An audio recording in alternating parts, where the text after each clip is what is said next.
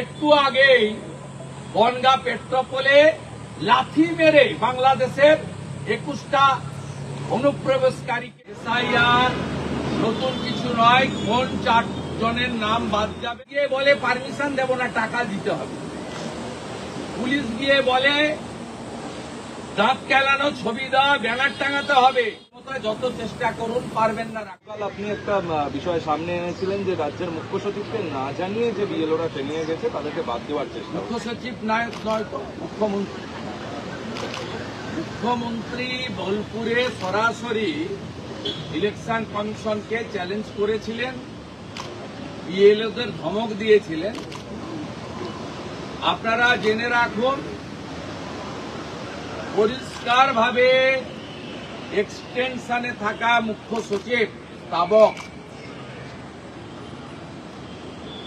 মনোজ পন্থ, তাকে 13cc স্মরণ করিয়ে দিয়ে বলতে চাই, 5ই জুলাইয়ের পরে নিয়োগকৃত একটাও বিএলও উইথ ভ্যালিড রিজন এবং সিওর অনুমোদন ছাড়া আপনি আইনগতভাবে চেঞ্জ করতে পারেন না।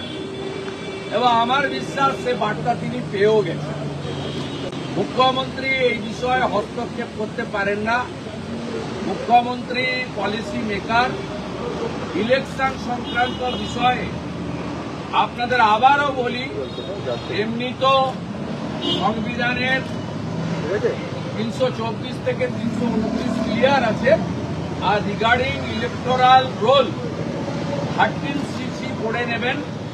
মনোজ পন্থ পেয়ে গেছে মেসেজ, ক্লিয়ার মেসেজ পেয়ে গেছে, এবং আমি আশ্বস্ত করছি কোন বিএলও মমতার মনোজ পন্থ চেঞ্জ করতে পারবে না, পারবে না, কোনোভাবে পারবে না, নিশ্চিন্ত থাকতে পারবে।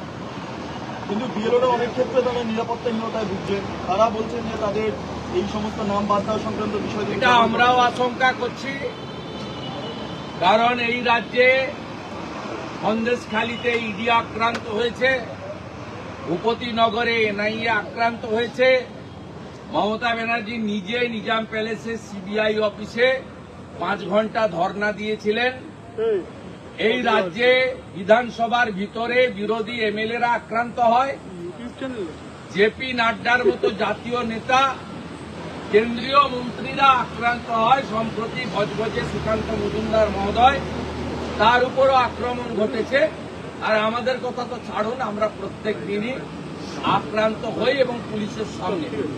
মানে এক্ষেত্রে বিএলওদের তারা অনেকে দাবি করছেন যে সেন্ট্রাল ফোর্স যদি দেওয়া যায়। বিএলওদের বলুন কাজ শুরু করতে, যখন ইলেকশন কমিশন বলবে, এবং তারা যেন ইলেকশন কমিশনকে ফলো করে।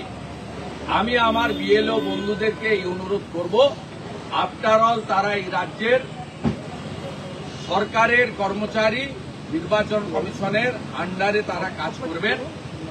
তাদের শুরু করতে বলুন। তারা পূর্ব অভিজ্ঞতা বা রাজ্যের বর্তমান যে আইন শৃঙ্খলার অবনতি, সে নারী নিরাপত্তা হতে পারে, সরকারি ব্যবস্থায় যারা মেরুদণ্ড সোজা রেখে কাজ করছেন তারা হতে পারেন, জনপ্রতিনিধি হতে পারেন, বা সাংবাদিক, পোর্টাল, ইউটিউবারের লোকেরা হতে পারেন। সকলেই প্রত্যেক দিন মমতা এবং মমতা পুলিশের দ্বারা আক্রান্ত হচ্ছেন। আপনারা কাজ শুরু করুন যখন ইলেকশন কমিশন বলবে।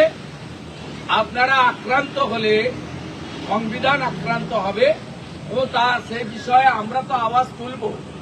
বাকি তো ইলেকশন কমিশনকে বুঝে নিতে হবে। ইলেকশন কমিশন না বললে, না করলে, আমরা আমাদের যে কাজ পলিটিক্যাল পার্টি হিসাবে এবং পশ্চিমবাংলার নো সেটিং অপোজিশন হিসেবে আমরা সে কাজ করি। এসআইআর নতুন কিছু নয়, কোন 4 জনের নাম বাদ যাবে। আমি আগেও বলছি, এখনো বলছি, একটু electoral roll, people's representation act এবং পুরনো এসআইআর গুলোর সম্পর্কে যদি ধারণা থাকে, যে কোনো সচেতন শিক্ষিত লোক বলতে পারবে। আমি ওই কথাটাই বলছি, 4টে ক্যাটাগরির নাম থাকবে না। শালা মমতা যত চেষ্টা করুন পারবেন না রাখতে। এক হচ্ছে মৃত ভোটারের নাম থাকবে না, ডবল এন্ট্রি ভোটারের নাম থাকবে না, 3 হচ্ছে অস্তিত্বহীন ভোটারের নাম থাকবে না, 4 হচ্ছে রোহিঙ্গা এবং বাংলাদেশি মুসলমানের নাম থাকবে না। হরিয়ানা পুলিশ দলে দলে হরিয়ানা পুলিশের গাড়িগুলো আসছে, বিএসএফ এর হাতে তুলে দিচ্ছে। একটু আগেই বনগাঁ পেট্রোপোলে লাথি মেরে বাংলাদেশের 21টা অনুপ্রবেশকারীকে, বাংলাদেশি অনুপ্রবেশকারী মুসলমানকে বাংলাদেশে পুশব্যাক করে প্রত্যেক দিন হচ্ছে। এদেরকে ছুঁড়ে ফেলে দেওয়া উচিত, এই রোহিঙ্গা এবং বাংলাদেশি অনুপ্রবেশকারী মুসলমান। আর সুস্থ হচ্ছে আজকেও প্রচুর অ্যারেস্ট হচ্ছে। পরিষ্কার করছে, এ করবে না। প্রথম তো এসআইআর থেকে নাম যাবে, এসআইআর থেকে নাম যাবে। ভারতীয় মুসলিম, ভারতীয় হিন্দু, শিখ, খ্রিস্টান, জৈন, বুদ্ধিস্ট এদের কোনো চিন্তা নেই। এমনকি বাংলাদেশ থেকে ধর্মীয় কারণে আসা যারা শরণার্থী, যারা অনুপ্রবেশকারী নয়, তাদেরও কোনো চিন্তা নেই। সুন্দরবাবু, আপনি এখানে যখন প্রেস মিট করছেন, মমতা বন্দ্যোপাধ্যায় নেতাজি ইন্ডোর স্টেডিয়ামে পুজো কমিটির বৈঠকে রয়েছেন। গতবারই বলেছিলেন যে ক্লাবগুলোকে 1 লক্ষ টাকা করে এবার অনুদান দেওয়া হবে। কোনো লাভ হবে না, সব পুরসভায় হেরেছে। যারা প্রকৃত সনাতন হিন্দু ভারত প্রেমী, তারা মমতা ব্যানার্জির যতই ঘুষ দিন আপনি, পুলিশ গিয়ে বলে পারমিশন দেব না, টাকা দিতে হবে। পুলিশ গিয়ে বলে দাঁত কেলানো, ছবি দেওয়া, ব্যানার টাঙাতে হবে। পুলিশ গিয়ে বলে পিতৃপক্ষে প্যান্ডেল উদ্বোধন করতে হবে। এরা অনুমতি পাবে না। অতএব এর টাকা নেওয়ার সঙ্গে সমর্থনের কোনো সম্পর্ক নেই।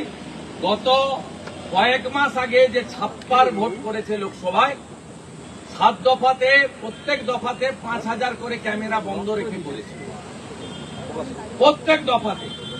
সেখানে শহর এলাকায়, কলকাতা পুরো এলাকার 54টা ওয়ার্ডে, যাদবপুর, দক্ষিণ এবং উত্তর কলকাতা মিলে তৃণমূল হেরেছে। 77টা পুরসভা কর্পোরেশন, শিলিগুড়ি কর্পোরেশন হেরেছে, হাওড়া কর্পোরেশন, আসানসোল কর্পোরেশন হেরেছে, দুর্গাপুর হেরেছে।